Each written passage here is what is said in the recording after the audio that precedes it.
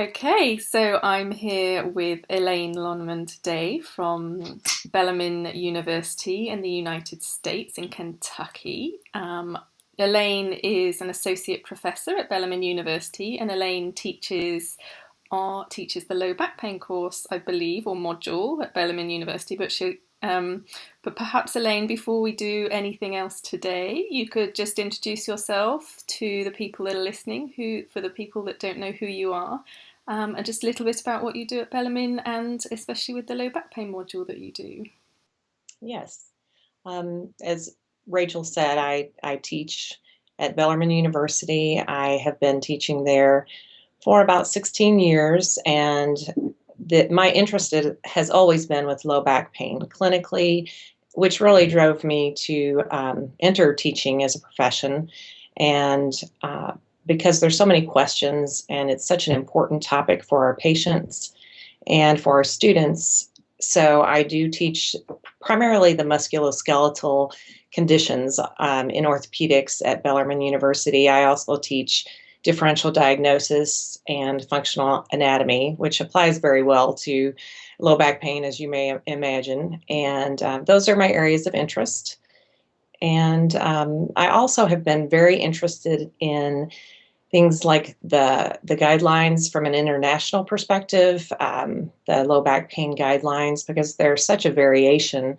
And one of the things that I try to do is make treating low back pain simple for the students and the physical therapists that I teach, or as simple as possible. And one of the things that I noticed, because I like to read the research, and we all need to, is that there is such a great variation. So I've become more and more interested in, what really should we be looking at to simplify the process, and really how can we drive research or understand research so we can apply it better in our classrooms for our clinicians. That's great. I think perhaps we're going to talk to you now a little bit about conditions, low back pain conditions, or lumbar spine conditions that can lead to low back pain. But I think we should talk to you about clinical guidelines as well in week 4. But we'll get on to that later. Sure, absolutely. So in week 1, we talked a lot about, we covered anatomy and biomechanics and functional anatomy, and we also just introduced ourselves to low back pain and epidemiology, and we came to understand that 90%, around 90% or over 90% of people are sort of diagnosed, I don't know whether diagnosed is the right word, with non-specific low back pain. But what I'd like to talk to you about first is those other 10% who have the serious or specific spinal conditions. And really, for those conditions, what do we need to know? What's important that we should know? What do we need to know about each condition? And really, which conditions should we make sure that we're knowledgeable of? Yes, certainly. I think knowing subgroups or classifications is important, because we would like to be able to treat those we need to treat, but to screen those individuals who need to be referred on is incredibly important. And there's been a lot of work looking at, or research done looking at red flags. Are there specific red flags for low back pain that we as physical therapists should be attentive to for that 10% or lower, depending on the patient population that you treat, that we need to refer out.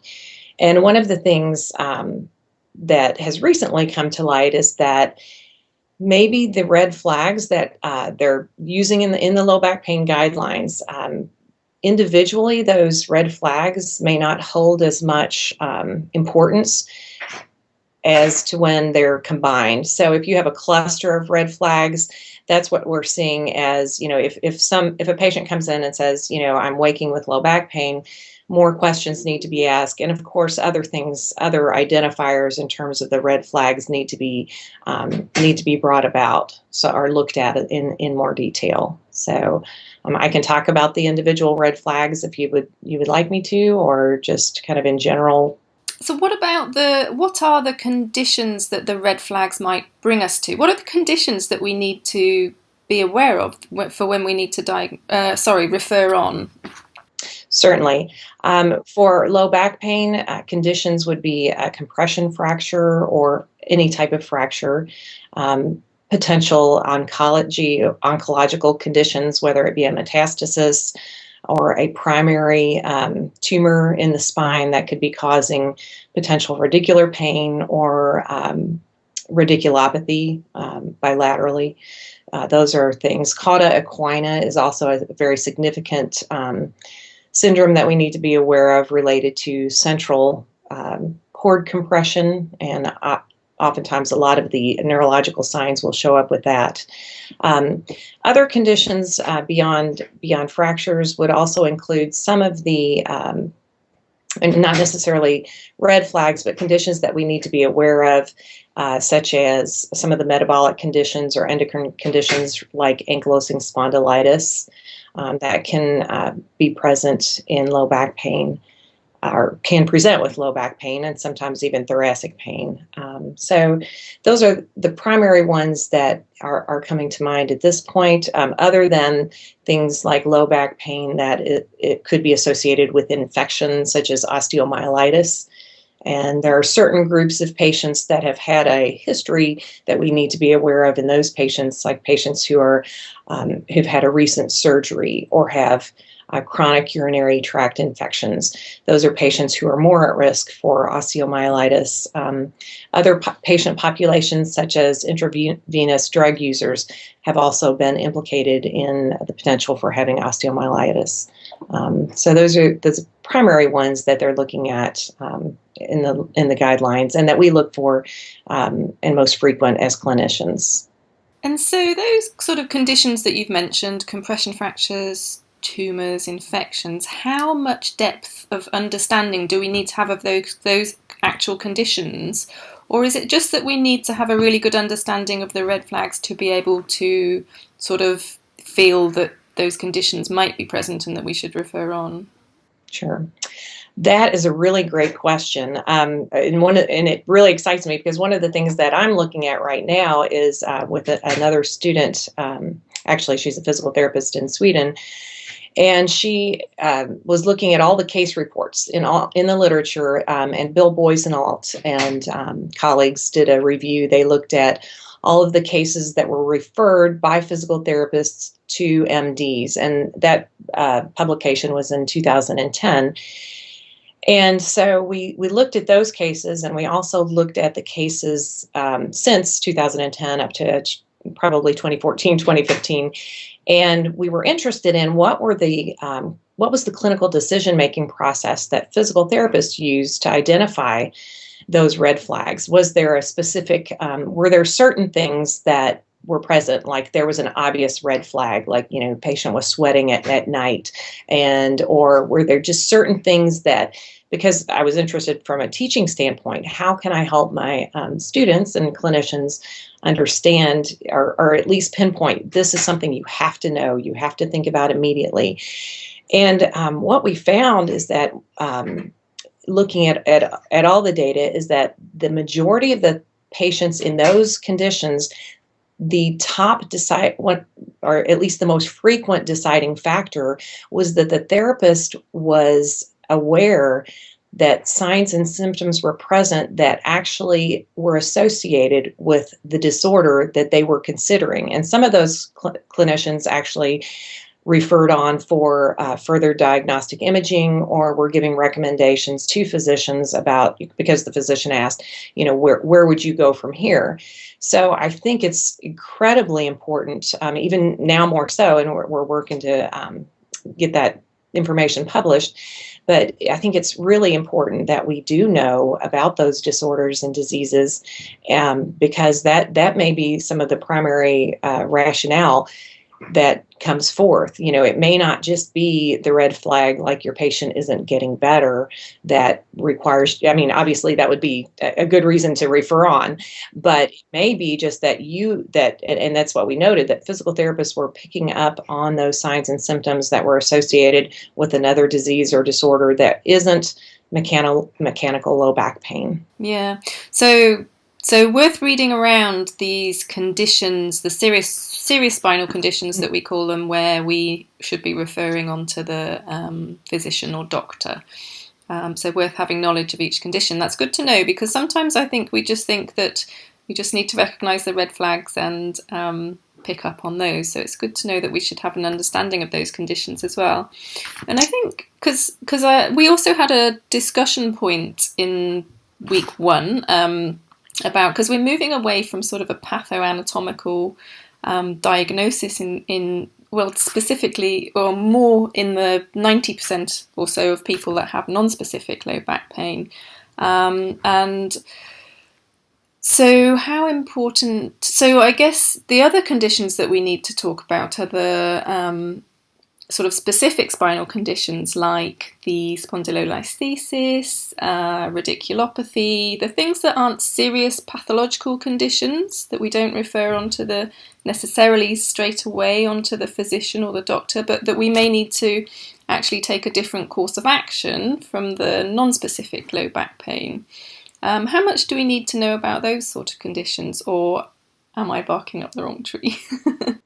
No, absolutely. I think those are all great questions. And one of the things that, and I'll step back a little bit from your question, I will answer it, but that from a differential diagnosis perspective, I teach an entire course on that. And do we really need to understand that depth of knowledge, like the Goodman and Snyder differential diagnosis textbook? If you take a look at that, that is a fantastic textbook. It has a wealth of information, and I love it. But do we really need to get that detail in? And my thoughts are, based on some of the things that I've looked at, is absolutely yes, because it gives us an idea of where some of these disorders may be going. So, for example, you just mentioned a patient with radiculopathy. Yes, we need to screen for those. We don't always refer them on, but we do need to know the natural progression. In terms of natural progression, do these patients get better on their own? What is the possible pathological progression in these patients? So looking for things like bilateral neurological symptoms or progressive neurological symptoms at multiple levels is really important. And the same with spondylolisthesis. I think that's a hard word to say, but yeah, I think it's important for us to know what the progression possibly is and the potential in certain types of patients. So does gender impact spondylolisthesis? Absolutely. Does the type of spondylolisthesis that is present, is it a stable spondylolisthesis, or one that has more potential for slippage? So I think we can be better advocates for our patients if we understand those in greater detail and the possible implications. And, sure, you can argue, well, is that really a high percentage of your practice?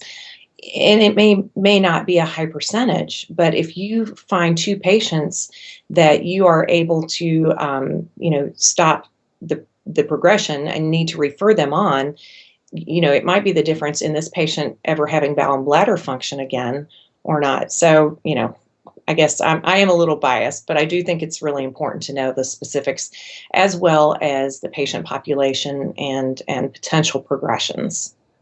So my understanding would be that those conditions that we've just sort of talked about, that we need to have an understanding of, would be things like spondylolisthesis, radiculopathy, spinal stenosis, maybe, possibly scoliosis, and perhaps disc herniation for the ones that are really bad, that cause spinal cord compression or cauda equina, or a radiculopathy. And beyond that, are there any other? Beyond that, I think that perhaps the rest of the patient population would be classified as sort of non-specific low back pain. Is that correct? Yes, I think it could be considered non-specific. But I think there's, in terms of looking at different subgroups, such as those subgroups that might benefit from specific therapeutic approaches, whether that be exercise or manipulation, there are probably, those are probably the primary ones that could be put into the non-specific. The only other group that I'm thinking of that may be a little bit more specific or is another factor would be those patients who have yellow flags that are present, such as patients who have biopsychosocial factors that are going to influence the treatment. So they don't really fit into a non-specific pattern as much as it's another component. So we're screening for red flags, for yellow flags, and then the other disorders, diseases from a pathoanatomical perspective that you're speaking of. It's important to know of all of those, and that way you can base some type of intervention or therapeutic, or create therapeutic applications that are driven towards each of those groups. And so that probably takes us on to subgrouping, doesn't it? Of those sort of there's lots of different ways of subgrouping people with low back pain, isn't there? Do you have any? What are your thoughts on classification and subgrouping of those people with sort of the non-specific? So we've talked a lot about the people with the serious conditions and the specific conditions that we need to refer on or have an awareness of or a deeper understanding of. For those that have the non-specific mechanical low back pain, simple low back pain, how much do we need to know about those people, and what are your thoughts on the classification sort of systems for those people? Well, obviously there's been a variation in the history of the classification approaches, and many of us grew up in the pathoanatomical approach and have hung on to it dearly. I think that one of the reasons that we've hung on to that is because it really did allow us a better understanding. It gives us a better understanding of the potential physiological changes that can occur in our patients in terms of whether it be edema or changes in the disc that occur naturally, as they're looking at more and more research. The body can take care of disc herniations on its own, and there's activity that it takes care of. So the pathoanatomical approach obviously has had issues in terms of, yes, hasn't performed well over time, and so we've moved away from that. But I still think understanding the anatomy is important related to that.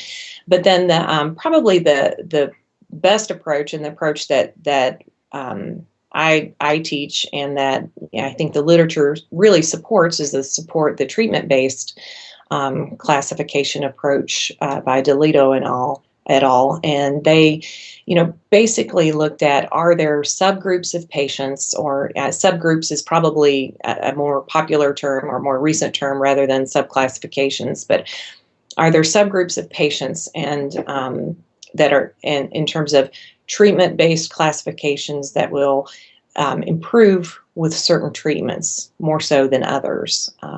I think the other reason that we're going to subgroups is that, we need to subgroup these patients from an age perspective as well, not just is it an intervention-based approach, but you mentioned spinal stenosis. Well, that's not a younger adolescent, middle-aged person. So subgrouping rather than treatment-based classification, I think, is the way the literature is going. But I do think it's very valuable for us as clinicians to really understand these subgroups, because it will allow us to target interventions more directly towards these people, so that it does.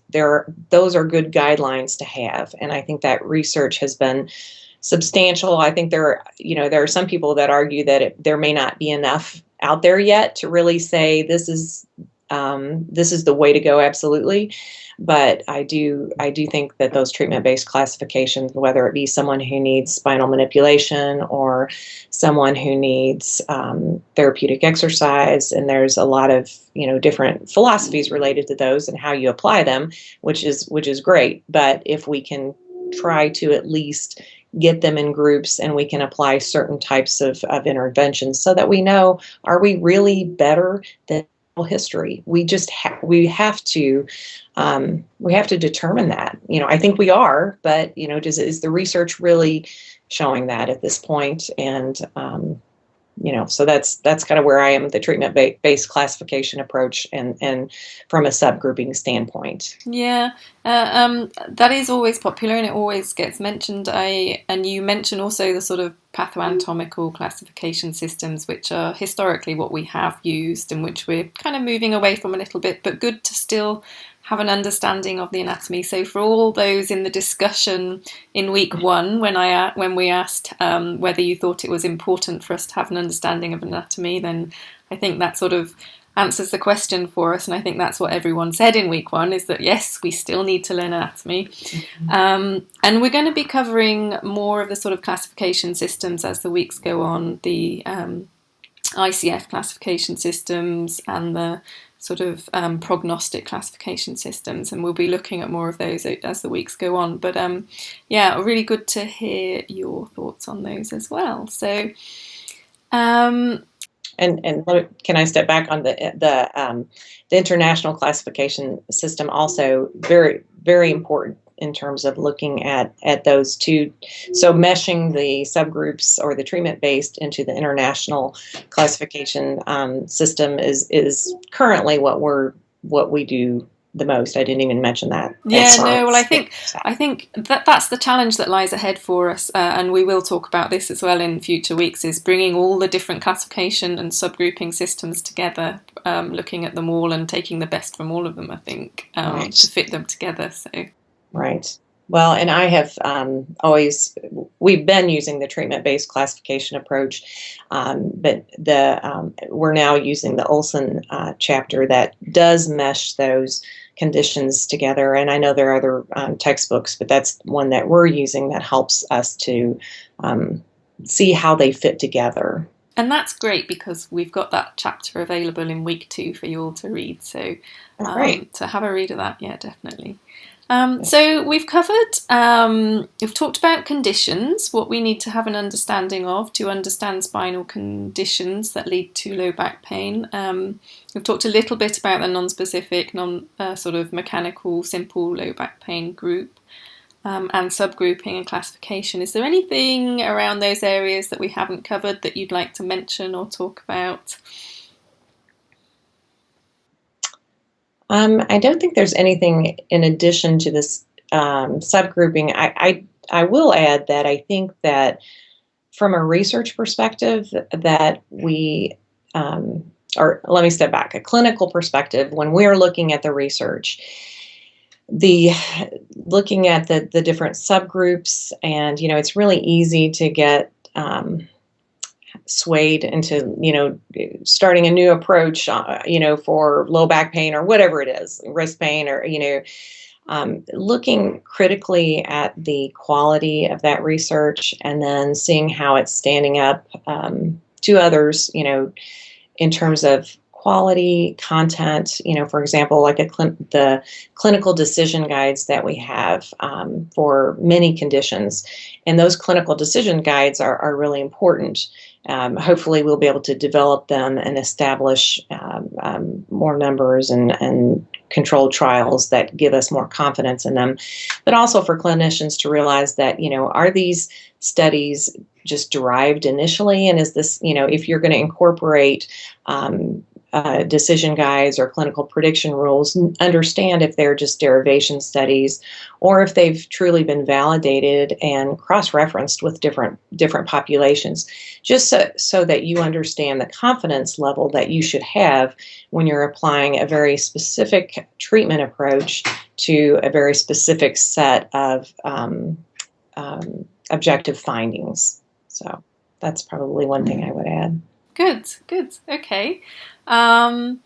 Well, Elaine is going to be joining us hopefully in the discussion forums for the next few weeks. So from week 2 onwards, you may see Elaine in there. She may be answering your questions for you that you have. So If you do have any particular questions, you can direct them at Elaine if you like. So she'll be around. We'll still be in the forums. So enjoy week 2, and we will see you in the discussion forums. And Elaine, thank you for talking with us today. That's been really great. And we will see you over the next couple of weeks in the course.